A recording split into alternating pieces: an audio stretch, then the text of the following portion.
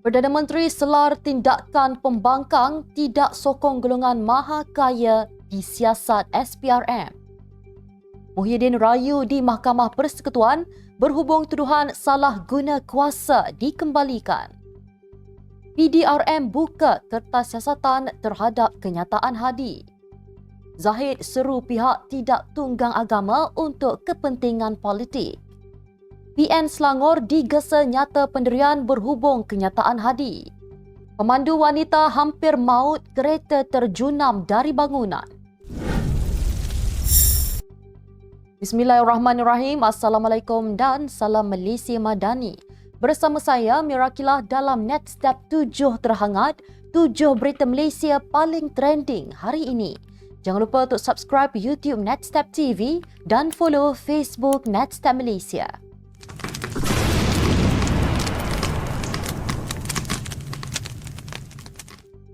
Perdana Menteri menyelar tindakan segelintir pembangkang yang didakwa tidak menyatakan sokongan kepada Suruhanjaya Pencegahan Rasuah Malaysia dalam menyiasat golongan maha kaya yang dikaitkan dengan isu rasuah.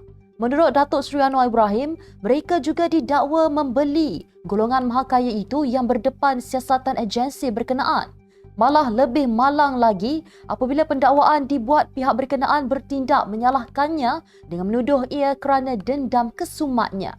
Walaupun tidak menyebut sebarang nama, Datuk Seri Anwar dipercayai merujuk kepada bekas Menteri Keuangan Tun Daim Zainuddin dan isterinya Tuh Puan Naimah Abdul Khalid yang menuduh Perdana Menteri menyimpan dendam lama apabila SPRM melancarkan siasatan ke atas kekayaan mereka.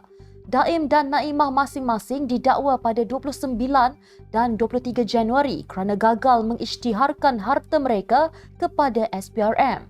Sementara itu, tegasnya kerajaan memberi jaminan tidak akan bertoleransi dengan mana-mana pimpinan kerajaan yang didakwa terlibat salah guna kuasa atau rasuah. Presiden Bersatu Tan Sri Muhyiddin Yassin memfailkan rayuan di Mahkamah Persekutuan terhadap keputusan Mahkamah Rayuan yang memerintahkan kes salah guna kedudukan untuk suapan RM232.5 juta untuk Bersatu dikembalikan ke Mahkamah Session. Berdasarkan notis rayuan yang diperoleh media, bekas Perdana Menteri itu memfailkan rayuan berkenaan semalam terhadap keseluruhan keputusan Mahkamah Rayuan Rabu lepas. Peguam Amir Hamzah Arshad yang mewakili Muhyiddin ketika dihubungi bernama mengesahkan perkara itu. Rabu lepas, panel 3 hakim yang dipengerusikan Hakim Haldariah Said Ismail sebulat suara membenarkan permohonan pendakwa raya untuk mengetepikan keputusan Mahkamah Tinggi yang melepas dan membebaskan Muhyiddin daripada 4 pertuduhan berkenaan pada 15 Ogos tahun lepas. Muhyiddin, 76 tahun sebagai Perdana Menteri ketika itu dan Presiden Bersatu, didakwa menggunakan kedudukan beliau untuk suapan berjumlah RM232.5 juta berkaitan projek Jana Wibawa daripada 3 syarikat iaitu Bukhari Equity Sdn Bhd, Nepturis Sdn Bhd dan Mamfar Sdn Bhd serta Azman Yusof bagi parti berkenaan. Beliau dituduh melakukan perbuatan itu di Pejabat Perdana Menteri Bangunan Perdana Putera Pusat Pentadbiran Kerajaan Persekutuan di Putrajaya antara 1 Mac 2020 dan 20 Ogos 2021. Presiden Bersatu itu juga berdepan 2 pertuduhan menerima wang hasil daripada aktiviti haram berjumlah RM195 juta daripada Bukhari Equity Sdn Bhd yang dimasukkan ke akaun CIMB Bank milik Bersatu. Polis Diraja Malaysia membuka kertas siasatan terhadap Presiden PAS Tan Sri Abdul Hadi Awang berhubung kenyataan bertajuk Ketinggian Islam wajib dipertahankan pada 20 Februari lalu.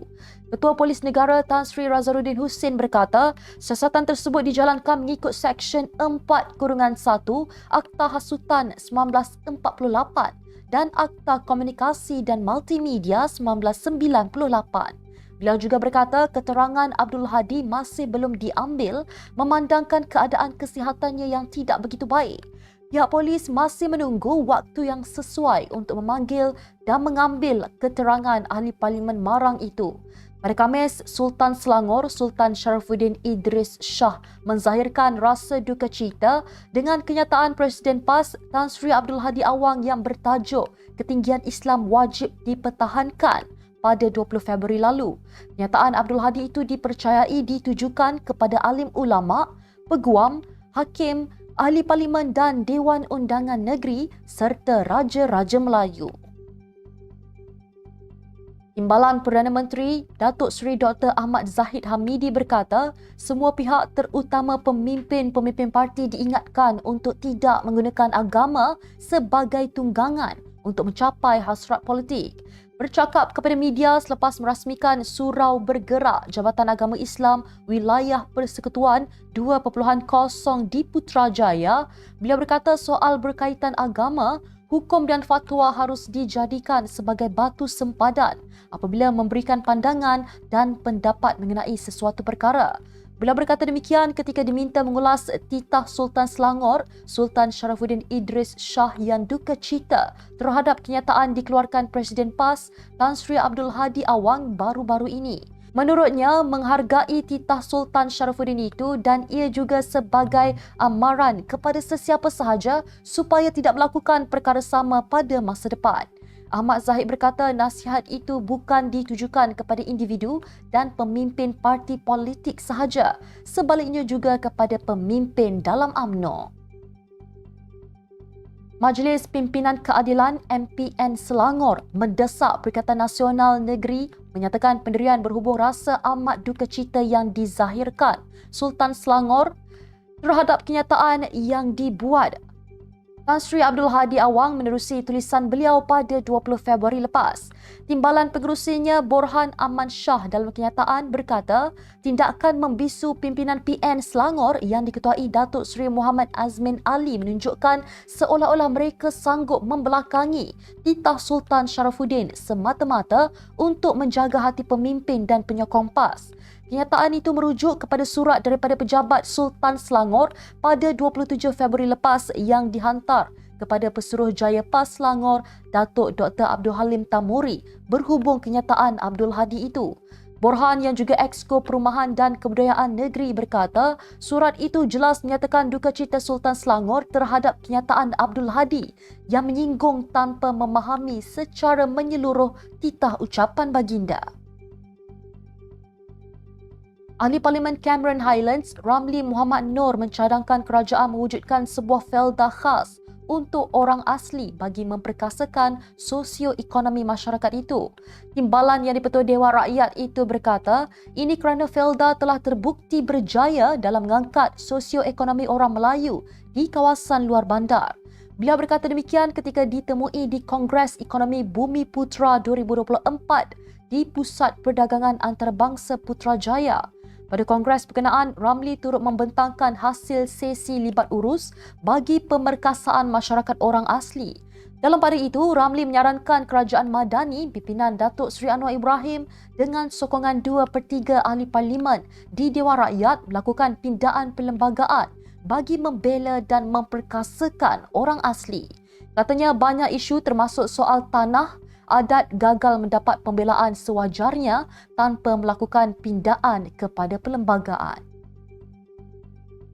Seorang wanita nyaris maut apabila kenderaan dipandunya merempuh tembok sebelum terjatuh dari ruangan parking di sebuah bangunan di Jalan P. Ramlee pada Jumaat.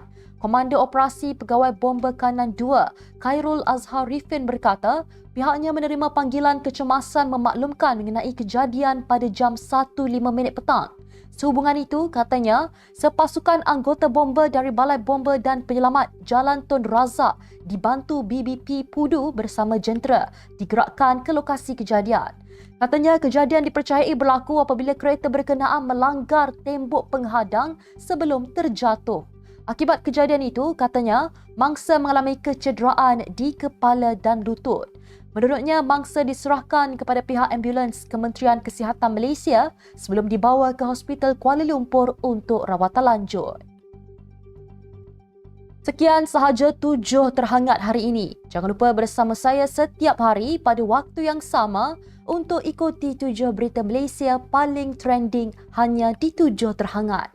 follow Facebook Netstat Malaysia dan subscribe YouTube Netstat TV. Netstat Malaysia menjangkau informasi, mengorak inspirasi. Saya Mira Akilah, Assalamualaikum dan salam sejahtera.